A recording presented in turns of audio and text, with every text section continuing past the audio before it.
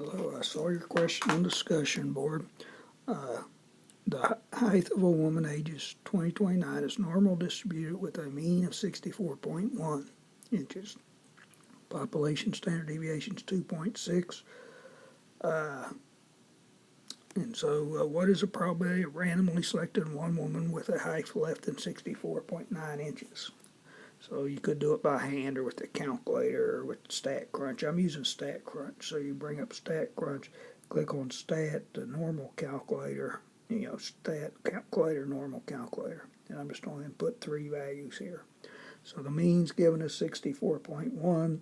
We want the probability that they're less than 64.9, which is above the mean.